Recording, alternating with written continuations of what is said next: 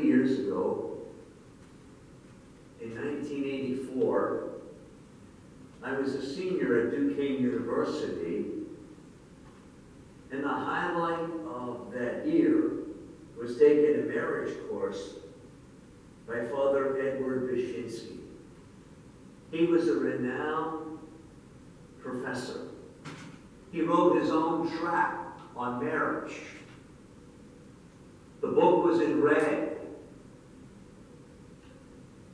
And his simple message was, a selfless person is the perfect partner for marriage. A selfish person is a disastrous person for marriage. Our world has both of them. Solomon tells us in Ecclesiastes 5:5, better not to promise at all than to make a promise and not keep it. Our culture today prizes individuality, self-expression. We hold in low regard past traditions, customs, laws, rituals, rules in general. Unfortunately, because of this attitude, marriage is seen today mostly as a social engagement of convenience, a short-term reality, not as something precious, fundamental and foundational for our society. Fidelity in marriage and perseverance in marriage through difficulties is often not valued today. Divorce seems to be the acceptable solution when things don't work out, and we trivialize the covenant of marriage. And remarriage after divorce, for some, is seen merely as a temporary convenience. These are attitudes that are extremely common in our world today, but entirely at odds with the gospel proclaimed today. The matter of divorce was a frequent topic for rabbis in discussions, and the Pharisees wanted Jesus to weigh in on the matter. What was his opinion? Could you remarry somebody? Did they just want his opinion, or did they want to trap and trip him up? To hear this gospel today for people who are divorced or people with the LGBTQ, this may be hard. But the specifics speak of the traditional ideas of a covenant of marriage and fidelity to God, which is the breakthrough of the proclamation of the kingdom of God in our midst. That God has infinite love for all of his people. And his desire is that we would live in happiness. Whether Sister Susan, who celebrates the Jubilee of consecrated life, we thank you for your commitment, sister. Or married people, or single people, divorced people, or widowed people, all of us hunger for a relationship with God. Jesus, the rabbi, the teacher, and the master clearly saw that marriage of conjugal love was a gift of God. A covenant modeled of a perfect, eternal covenant of divine love that Christ has with his church. Just as the mystical union of Christ and his bride, the church, become one body and one spirit, so too the union of a man and a woman is a spiritual relationship of one flesh of union. God created Adam and gave him a soulmate, a partner, a helpmate, a companion for mahogany. It's God's plan for human to be together. It's his design. What a privilege to be united intimately with God and intimately with another person to share the journey. So strong is this bond between a husband and wife that individuals leave their family of origin and become their own family. They're no longer two, but they're one. Jesus does not want a husband and wife to be separated. Jesus therefore teaches without ambiguity that marriage is permanent and indissoluble. What God has joined together in one flesh, let no one tear asunder. No power on the earth, legal or spiritual, can cause a valid marriage to cease before the death of one of the spouses. And in consequence, one of the most profound realities is whoever divorces his wife and marries another commits adultery against her. And if she divorces her husband and marries another, she commits adultery. These words come from the lips of the Master himself, who knows what love is all about.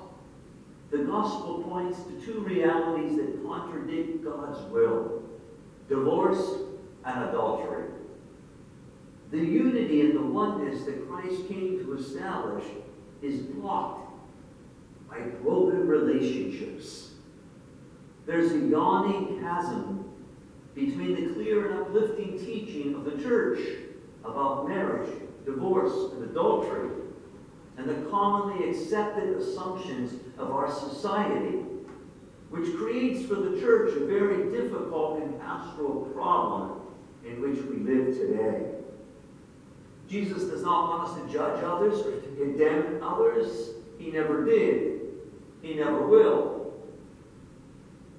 Jesus doesn't place on spouses a burden beyond what they can bear. He doesn't make it heavier than the law of Moses. The Mosaic law contained provisions to protect women from arbitrary divorce. You don't like the way she cooks? I'm out of here. You don't like the way she cleans? I'm gone.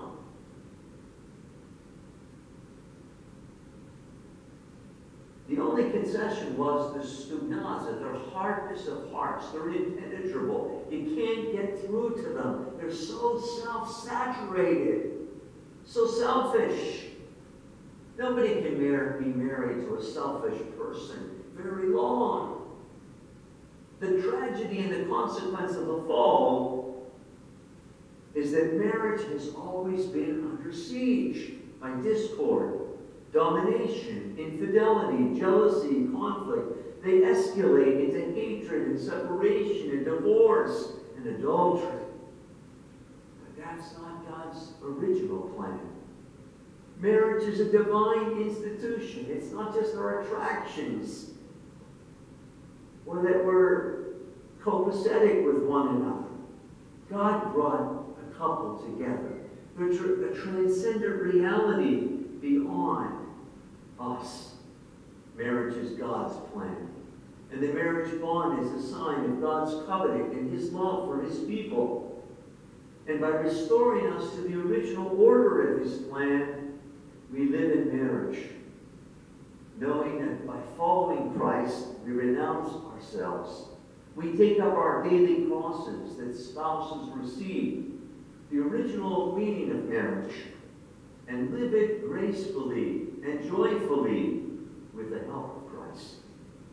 The grace of a Christian marriage is the fruit of Christ's cross, who showed us there's no greater love than to die for your friends. That's the source of all Christian life and the meaning of all true love. It is true that some people experience the holy bond of marriage as a burden, subjectively and emotionally. Yes, we're all sinful, and we live in broken humanity, and yet we're redeemed by God's grace, not by our own powers or efforts. Despite our best efforts, sometimes sadly and tragically, marriage dissolves in thin air, and they fail. The church accompanies them to pray for them, to understand them, to listen to them, to offer compassion and unconditional love for them. The healing of our culture that prizes lust and greed, pornography and selfishness never heals the hurts of broken love. The church must strive with a renewed commitment to meet people where they are and accompany them and help them. To heal our culture can only come from Christ and the gospel and the good news that the church proclaims.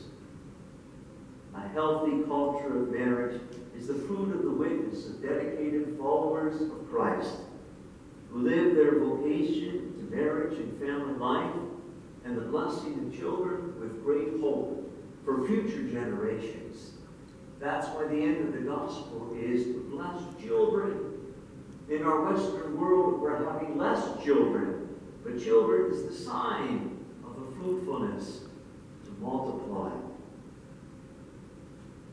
As we consider the state of marriage in our world, maybe you can look at our own marriages or our own parents' marriage, that through their difficulties and the struggle, never forget God's grace and God's love for his people. May he bless all marriages. Those that are strong, may he make them stronger.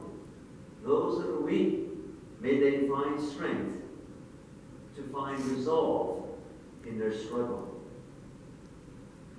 Let us close in prayer.